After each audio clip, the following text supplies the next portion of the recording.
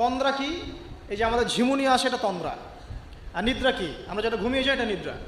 তো নিদ্রাকে বলা হয়েছে মৃত্যুর ভাই। এই কারণে জান্নাতে মানুষ যখন যাবে তাদের ঘুম হবে না, মানে জান্নাতে কোনো ঘুম নাই, কারণ ঘুম হচ্ছে মৃত্যুর ভাই।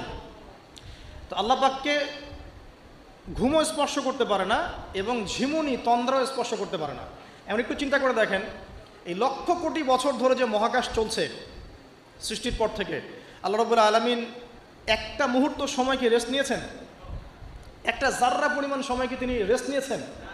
তাহলে সেই মহান সত্তা যিনি এক জাররা পরিমাণ সময়ও তার ক্লান্তিবোধ হয় না, তার কোনো ঘুম আসে না, তার কোনো তন্দ্রা স্পর্শ করে না, তা আমরা সেই আল্লাহর বান্দা হয়ে কি আল্লাহর বিধান বা তার আনুগত্যের বাইরে যাওয়া ঠিক হবে?